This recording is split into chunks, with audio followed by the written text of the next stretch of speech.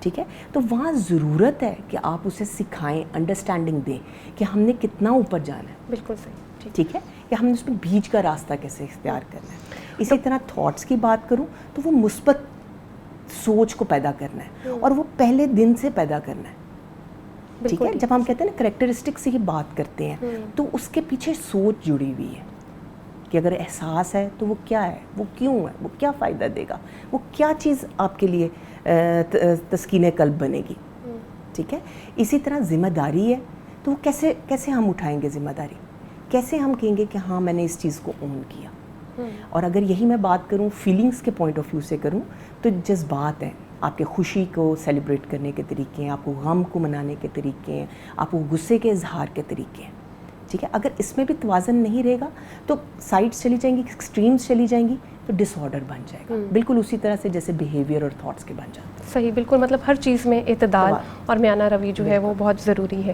Doctor Saeeda Sadia صاحبہ, میں چاہوں گی کہ مثبت طرز عمل بچوں میں پیدا کرنے کے حوالے سے, جیسے محترمہ نازیہ بشیر صاحبہ نے اس طرف نشاندہی کی, ہم اسلامی طور پر کیا کوشش کر سکتے ہیں بچوں میں مثبت طرز عمل کو ڈیولپ کرنے کے لیے, ان کی ذہنی اور نفسیاتی تربیت میں, نشو و نما میں اس چیز کو ہائی لائٹ کرنے کے لیے کہ بچہ جو ہے وہ پازیٹیو سوچے. پھر اس کی جو ایک تھاٹس کا پروسیس ہے, کیونکہ جیسے انہوں نے نشاندہی کی کہ وہ پازیٹیو تھاٹس جڑی ہیں اس کی ایموشنس کے ساتھ کہیں نہ کہیں, کیونکہ ہم پہلے بھی بات کر چکے ہر عمل کا رد عمل ہوتا ہے, تو یہ چیزیں لنکڈ ہیں. جب اس کو اچھی سوچ آئے گی تو اچھی فیلنگس پیدا ہوں گی. تو اسلام اس سلسلے میں ہماری کیا رہنمائی کرتا ہے؟ میڈم نے تو اپنے مضمون کے لحاظ سے بہت اچھے طریقے سے ان کو ڈیفائن کیا ہے.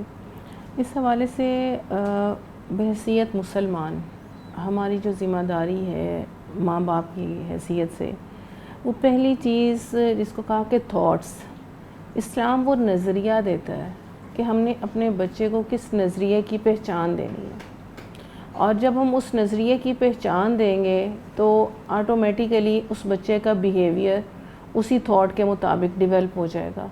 اور پھر جب وہ بیہیویئر اچھا ہوگا یا وہ جو بھی عمل کرے گا تو اس میں خود بخود جو ہے وہ فیلنگز اس کی جو ہیں وہ اچھی ہوں گی. یعنی وہی ٹرائنگل جو میڈم نے ابھی بتایا کہ ایک پوائنٹ کو لے لیں تو تینوں آپس میں انٹر لنک ہیں.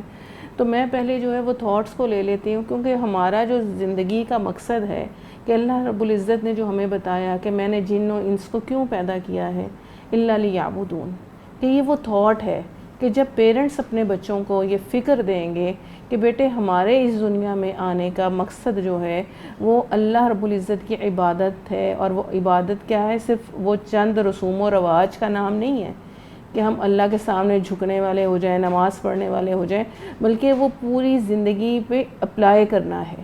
اور وہ اپلائی جب ہوگا تو پھر وہ ہمارا بیہیویئر بنے گا. ٹھیک ہے, تو ہمیں بینگ اے مسلم یا بحیثیت مسلمان والدین ہمیں یہ فکر اپنے بچے کے اندر ابتدا ہی سے جو ہے وہ ڈالنی چاہیے کہ تمہیں اللہ نے اس دنیا میں ایسے ہی نہیں بھیج دیا, تمہیں کسی مقصد کے لیے بھیجا ہے. اور سب سے پہلا مقصد کیا ہے کہ وہ تمہیں اپنی بندگی میں لگانا چاہتا ہے.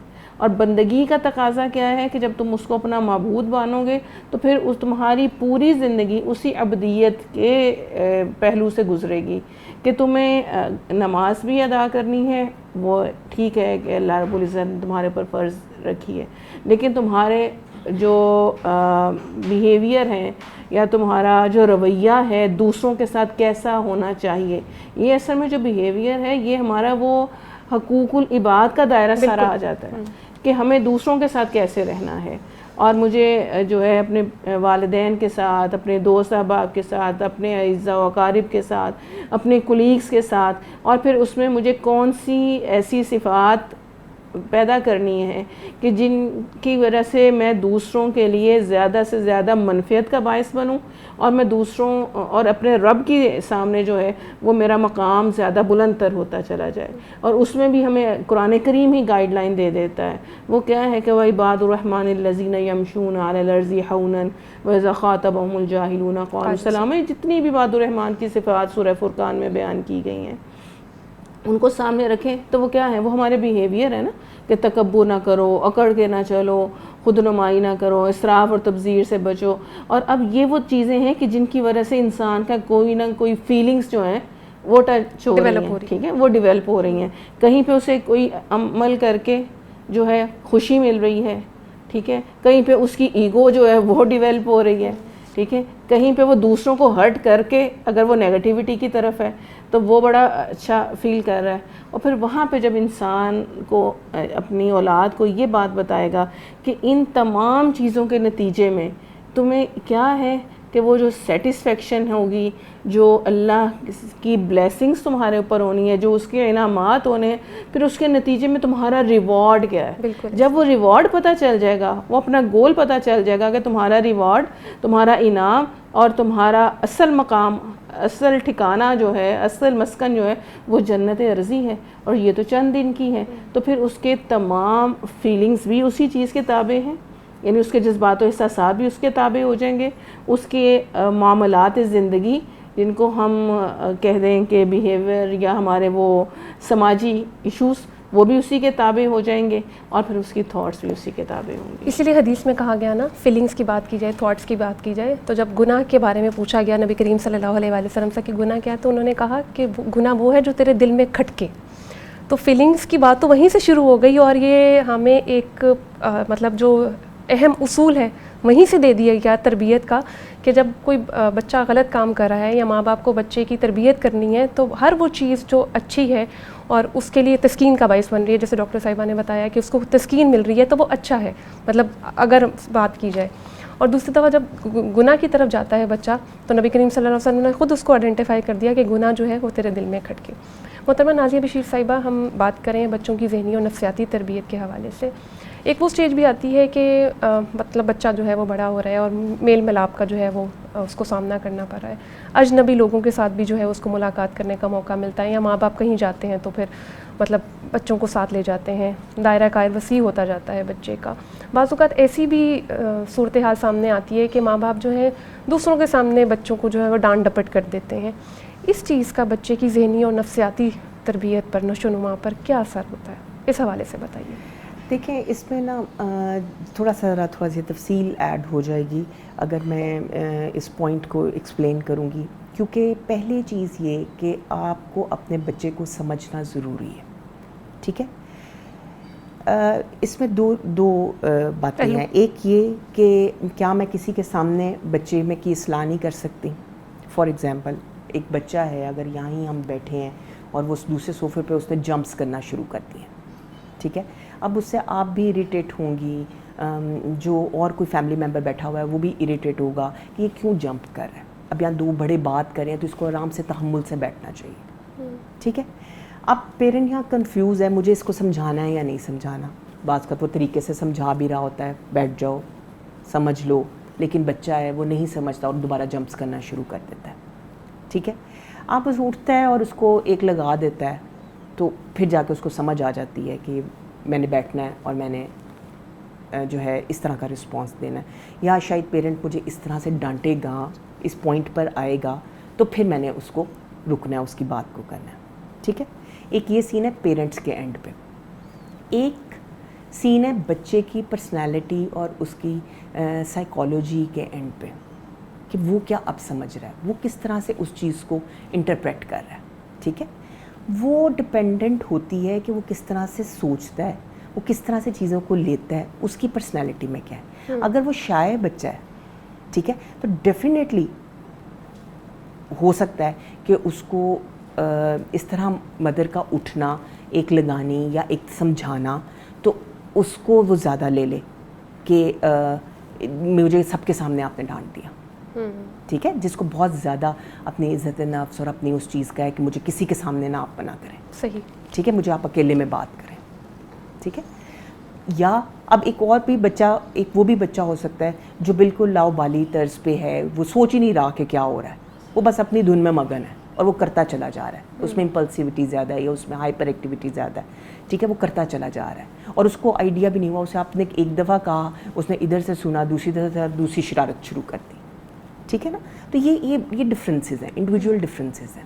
اب جہاں بچے ایسے ہیں وہ کیسے پتہ چلے گا کہ یہ بچہ کیا چاہتا ہے یا یہ اس کا کیا اسٹائل ہے؟ بہت اہم نقطہ اٹھایا آپ نے یہاں پہ کہ ہم بچے کو ایک شرارت سے منع کرتے ہیں تو وہ ود ان سیکنڈ دوسری شروع کر دیتا ہے.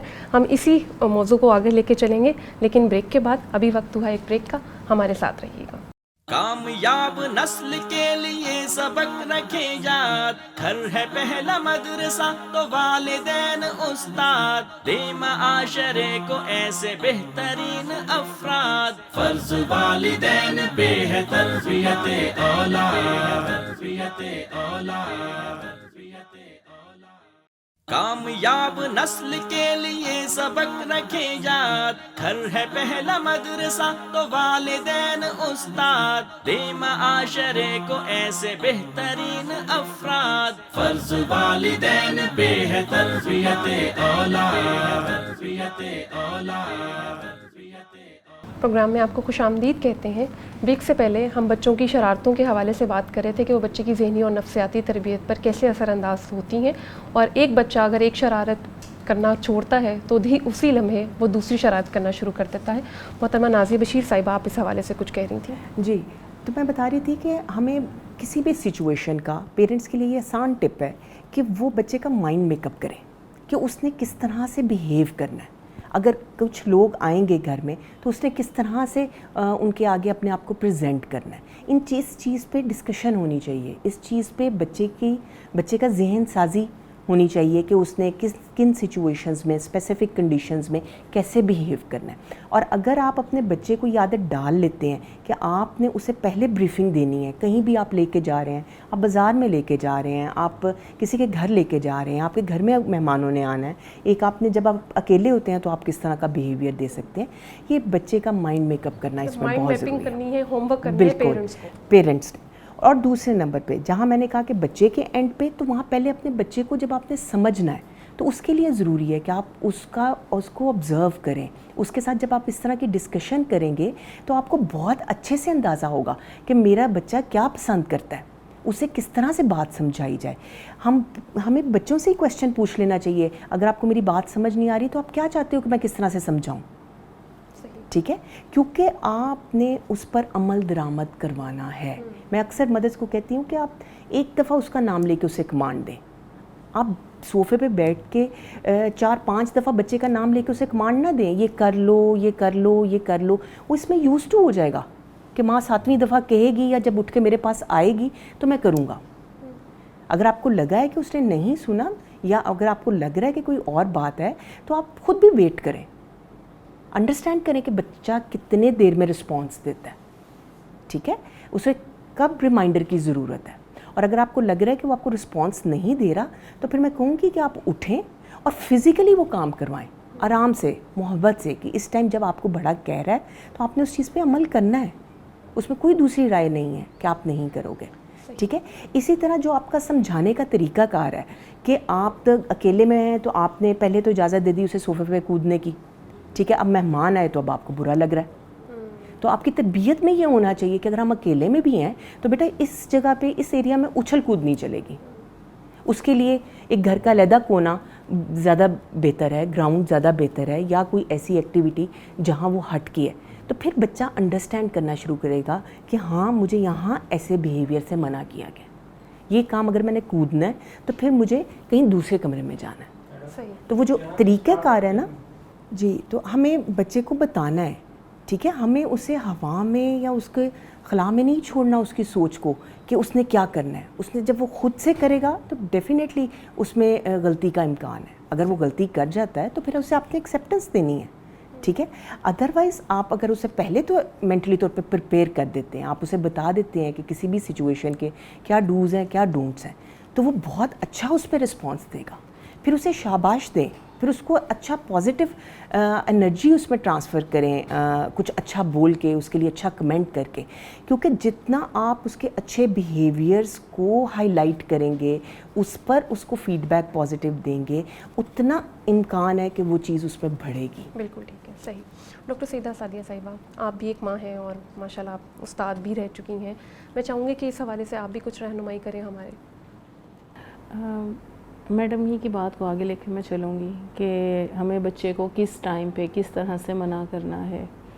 اور مجلس میں ہے، کسی تقریب میں ہے، تو وہاں پہ ہمارا ایٹیچیوڈ جو ہے وہ کیا ہونا چاہیے، اور بچے کو سکھانے کے لیے کہ کہیں پہ بھی اس کی تحقیر یا توہین نہ ہو۔